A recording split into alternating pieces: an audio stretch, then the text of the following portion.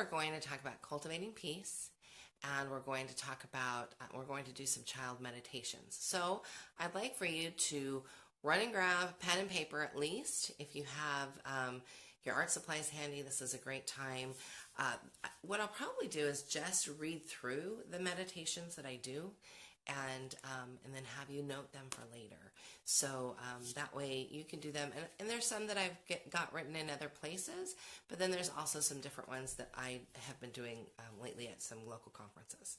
So anyways, first I want you to think about, and again, hopefully you have a pen and paper. I want you to rate your parenting on a scale from 1 to 10. 1 being suckfest, you wish that you can do it over, and 10 being, hey, I think I'm pretty good at this. And then I also want you to rate your rhythm on the same scale, and then rate your marriage or your partnership on that same scale. And if you're a single parent, then rate how you're feeling about that. How are you feeling about where you're at? My purpose behind this is I really want people to feel really good about where they are. And I know it's easy when we're on this parenting track to just feel like we're drowning, and like nobody's there to help us, or even on the marriage or partnership track, like it's never going to get better. And really I want to encourage you that it takes work on everybody's part. On the parenting end, it takes you sort of realizing that you've got to take a handle on some things, and that that you have to learn how to hold the space if you're not doing it now. And it also takes realizing that this is a season. Goodness, I'm itchy this morning. It takes realizing this is a season, and that season is over before you know it. Speaking of seasons, this guy here comes home in 31 days. We're not counting here at all. No, we're actually very excited for him to come home. He's been gone for almost 2 years, and so we're pretty excited for him to come home. And actually, all of my kids will be here. Both of my big boys will be here at the same time. So it's going to be a very full, tiny condo.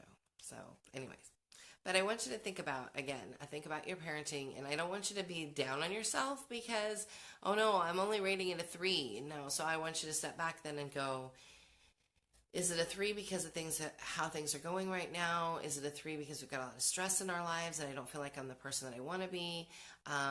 Is it a 3 because I'm struggling with depression, or I'm struggling with some seasonal stuff going on, or I'm feeling overwhelmed because of what's coming up? No matter what those things are, I stop and do these rankings for myself on a regular basis because I want a snapshot in time, and I want to go, okay, wait a minute, why am I feeling like this is where I'm at? So those of you who are doing our Planning for Peace journal, these are rankings, some of the rankings that we have at the front of the journal, and I do them, like I said, on a regular basis because I want to do a check-in for myself. I'm all about cultivating peace in my house, and all about being the best parent that I can be, and being the best partner that I can be. And that's actually my prayer every day when, please, Heavenly Father, help me to be a good parent and a good partner. And those are things that are at the forefront of my mind. And really taking care of myself and my self-care, and being able to, in order to cultivate peace, it has to sort of grow in here. I have this shirt on today. You see, it's a peace shirt. It's just a reminder to me about, and I wear it often, about being peaceful and being in a peaceful place. So, now that you have, hopefully those numbers don't make you sad. I'm hoping that if you have numbers that are low, that you go, all right, what are we going to do about it today? Because it's all about what you're going to do about it today, right now, this minute. So I want you to think about some ways to cultivate peace in your home. These are just some short ways. So I'm hoping that maybe you've got some others that you're thinking of, that maybe you'll post them here. Meaningful music, I think. And by that, I'm not talking about rock and roll music, even though we have lots. There's a ton of music that's on my playlist. It's beautiful, meaningful music. It's not the same music that I play with my kids. I'll play usually something softer. And of course, when they get older, you can change that up a bit. But I also use my voice a lot. And I did great in singing in my younger years. I feel like this old lady now with my singing. But guess what? They still want to hear it. And so I am encouraging you, especially with our new music program that's coming out, to sing, sing, sing. My kids watched that show this weekend, and they said it wasn't worth watching, so I'm not going to watch it. I'm not going to waste my time. But I want you to be encouraged to sing. I want you to sing with your kids, sing for your kids. I think if you have kids that say, don't sing, I would say, I'm singing anyway. And just get yourself to a place where you feel confident in it, where you feel happy about what you're singing. There's some great Waldorfy songs, even if it's not a Waldorf, like folk songs was a great place for me to be. Just find some songs that are meaningful to you and bring that meaningful music into your home. And like I said, sometimes it's recorded music, but I rarely bring in, except for, a couple of times a day, maybe if we're trying to work through, like when we do a 20-minute cleanup, I might put on something really energizing for that 20-minute cleanup, but then it goes pretty much off because there's something that stirs. So you want to be really careful, especially if you've got little ones that are sensory seekers. There's something that stirs that, and if you're wanting to have peace and having it be down here rather than being up here and be crazy, be mindful of what it is that you're playing for them or singing for them. Another way to cultivate peace is to keep adult conversation with just the adults. And I know that can be hard, especially if you haven't seen your partner all day long, or you haven't seen your friend in so long, and you just want to have these great meaningful conversations. And you have to be careful to not have them around kids, because it does when you're trying to have a meaningful conversation. If you don't believe me, try this. Just try. See what happens with the kids. Often what happens is you're having this meaningful conversation and you're just getting into it and you're just getting to the meat of it, and then things are falling apart over here. Kids are, because you can't hold the space and give your energy to something else. So if you're really wanting to cultivate peace, you want to sort of have that medium tone and not have these huge conversations. When we have conversations that we need to have, Eric and I make a time. We'll go, all right, so kids are going to be in bed by 7:45. How about we sit down at 8:15? And we make the time. I had a mom at the conference that I taught at last week talk to me about, she was choleric mom.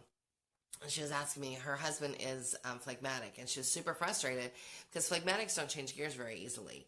And she was like, how do I get him to make a decision on the spur of the moment? And I said, well, try not to make him do that. One thing that I do, because I'm pretty choleric and Eric is phlegmatic, I'll say, honey, here I'm pitching you this idea. Let's have a talk about it tomorrow. And that gives him the time to think about it. Now, of course, there's going to be times where you have to make a spur of the moment choice and spur of the moment decision. And they don't love it, but they'll do it to get back to comfort fairly quickly. But when it comes to like big ideas, like, hey, I want to build a hobby farm. Don't spring that. If you're a choleric, don't spring that on your phlegmatic husband. He'll be like, what? What do you want to do? And then you'll get all sorts of resistance. And I find that often the arguments that come between those two temperaments are the resistance, because the choleric is like, I want to do this. And the phlegmatic is saying, oh no, this is too much. I don't want to think about all this right now. So plant the seed and then come back to cultivate it 24 hours or so later. And then in doing that, you have to have conversation with your phlegmatic husband when you're not bringing him an idea, and just say, honey, I realize that, or phlegmatic other partner, I realize that when I come to you and I have this big idea, that it's that you shut down and that you get mad, and so I'm trying to hopefully help you so that you don't do that, and so that we don't fight. So what if I bring you an idea and I let you sit with it for a day? Then can we talk about it? So just sort of to have those conversations when you're not in the middle of having, big feelings, because, big feelings. Anyway, okay. And then another thing that I put in here, don't just run and have fun outside. Really, truly appreciate nature. Appreciate where you are. Appreciate the place in life that you're in. Even if it's not ideal, there have to be things that you appreciate about it in order for that appreciation to grow, and it won't grow if you're just constantly talking about what is. So really work to find ways to appreciate today. Especially if you've been in a rut. Today, I want you to go out and I just want you to appreciate what's near you and around you, and then come back and tell us about it. Because I want to know. I want to know what it is that you're appreciating currently in your living situation. There's a ton of stuff that it's easy. Like I said, it's easy to get bogged down with the day. But man, I can fix it in a walk. I can fix it I'm just going to go for a walk. And that's not even, people would say, well, you live by the ocean. That's easy to get. But I'm not even talking about that. I'm just talking about appreciation in general. Appreciation for where I live. Appreciation for the people that I see. Appreciation for the fact that I have a car again, finally. Appreciation for all these little things. And it builds and it grows and it becomes a snowballing effect. So think about those things. Think about things that help you cultivate peace.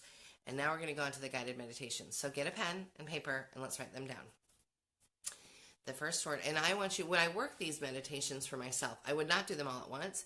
When I teach them in a conference setting, we do 3 or 4 at the same time, sometimes 5. It's much better if this is what you're doing in the morning before your kids get up. So you're up and you pick one thing a day to do, and I would focus on one child at a time. Especially if you have several children. Often when everybody was really small and I was in the thick of it with my big kids, I would end up focusing on one child a week. And then by the time I got to the end, it was time for me to go back and focus on the other child again, because you want to really be focusing on struggles you might be having, and really getting the answers from source that you need to be getting for that child. And I find these exercises immensely helpful for that. I also find them really helpful for my own confidence and my own strength building. And so like I said, I work on these on a regular basis. I think they're super important. Get your pens out, get your colored pencils out, your chalks out, whatever art medium that speaks to you to do these with. So anyways, here we go. In one word, describe you. Drawn, like in a drawing. Draw the word, and then just draw around it. It's one word that describes you.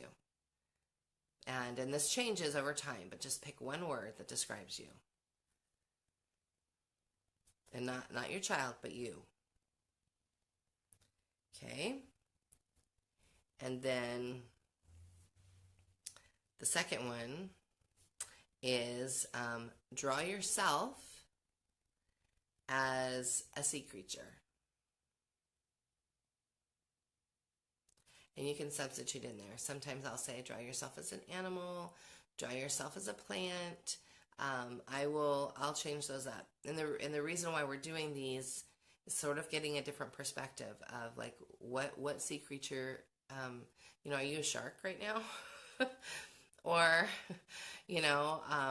are you, I sort of describe Samuel often as this lovely sea hare. And if you don't know what a sea hare is, we post pictures of them on our Facebook all the time.